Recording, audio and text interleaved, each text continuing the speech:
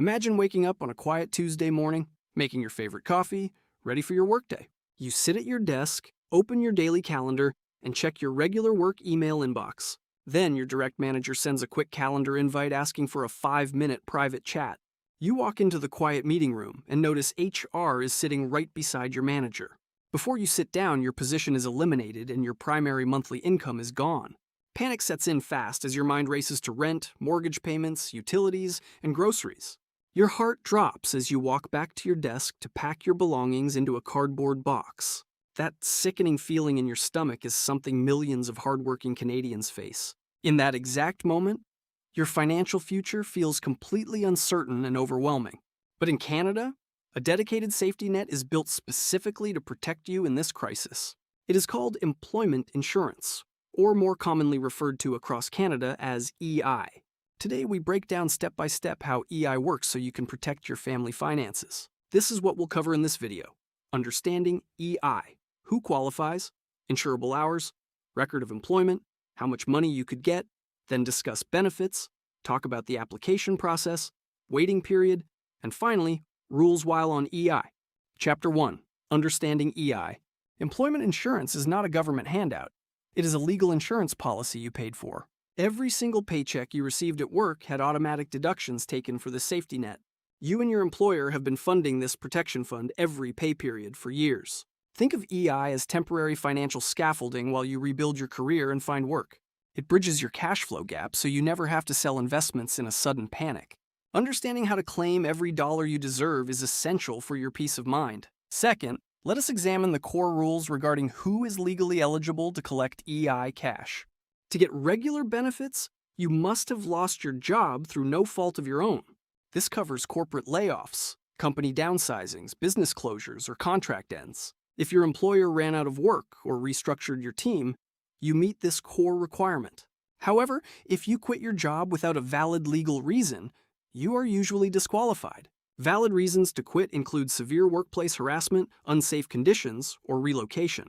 Furthermore, if you were fired for serious workplace misconduct, your claim will be denied. You must also be available, willing, and actively searching for full-time work every day. Finally, you must have worked enough insurable hours during your qualification period. Chapter 3. Insurable hours. Your qualification period is almost always the 52-week period right before your job ended.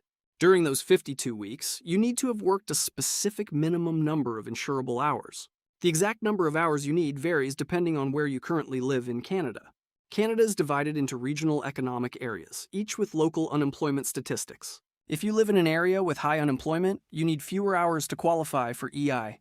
In high unemployment regions, the minimum requirement drops down to 420 working hours. If you live in a booming regional economy with low unemployment, you need up to 700 hours. Every hour worked, including paid overtime and vacation hours, counts toward your total. Chapter 4. Record of employment. Now let us focus on the single most vital document required to process your EI application. This document is called your Record of Employment, universally known across Canada as an ROE. Your employer is legally obligated to issue an ROE whenever earnings interruption occurs. Your ROE details your first day of work, last day of work, total hours, and gross earnings. Most modern Canadian companies submit your ROE electronically straight to Service Canada. If submitted electronically, you do not even need to request or mail a paper copy yourself. If your employer uses paper forms, they must give you the original copy to mail in manually. Here is a major insider tip. Never delay your EI application while waiting for your ROE.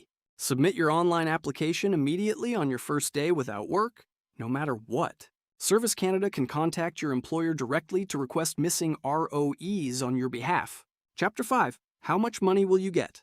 Now for the central financial question. How much weekly cash will you actually receive? For most claimants, regular EI pays 55% of your average weekly insurable earnings. Service Canada calculates this using your highest earning weeks in your qualifying period. However, there is a maximum yearly earnings cap set by the Canadian federal government. For 2026, the maximum annual insurable earnings threshold is officially set at $68,900. This means the maximum possible EI payout in 2026 is exactly $729 per single week. Even if you earned 6 figures at work, Your EI payment cannot exceed this weekly cap. Do not forget that all employment insurance benefit payments count as taxable income. Federal and provincial income taxes are automatically deducted before money hits your account. If your family income is under $25,921, you might qualify for the EI Family Supplement. The Family Supplement can increase your payout rate up to 80% of your past earnings. Chapter 6. How long do benefits last? How long can you rely on these weekly deposits while searching for your next career move? Regular employment insurance benefits last anywhere from a minimum of 14 up to 45 weeks. The precise duration of your claim is calculated using two primary regional metrics. Metric 1 is the official unemployment rate in your specific Canadian economic region. Metric 2 is the total number of insurable hours logged over the preceding 52 weeks. Higher local unemployment rates grant you more weeks of total financial coverage. Similarly, accumulating more insurable hours extends your total benefit payout window. Chapter 7. Step-by-step application. Applying for EI is entirely digital, simple, and can be done right from your living room. Step 1 is gathering your personal info, including your social insurance number. You will also need direct deposit banking info and a complete 52-week work history. Step 2 is visiting canada.ca and completing the official online benefit application. The online application takes about 60 minutes to complete accurately from start to finish. Crucial warning: submit your application within 4 weeks of your final working day. Delaying past 4 weeks can cause you to lose your legal right to claim benefits entirely. Chapter 8. Waiting period. Here is a critical detail that catches thousands of laid-off Canadian workers off guard. There is a mandatory 1-week unpaid waiting period attached to every new EI claim. Think of this initial unpaid week as equivalent to a deductible on your car insurance. You will not receive payment for the first week, so budget for this initial gap early. Because of this waiting period, your first actual deposit usually arrives around week 4. Chapter 9. Rules and working while on EI. Once approved, you must submit bi-weekly reports and actively seek work every single day. You must keep a detailed written job search log, as Service Canada can audit you anytime.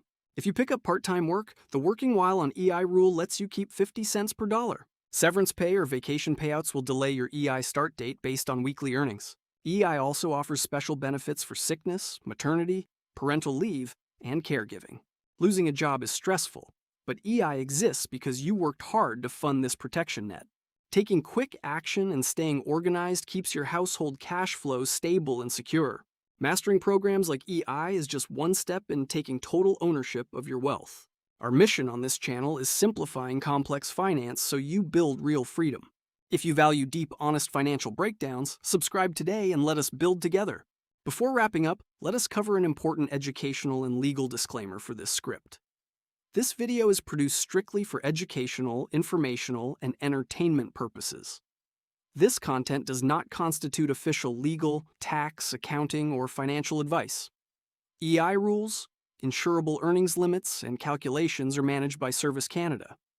Rates and maximum caps update annually, so consult Service Canada at canada.ca directly. Thanks for watching, and we'll see you in the next one.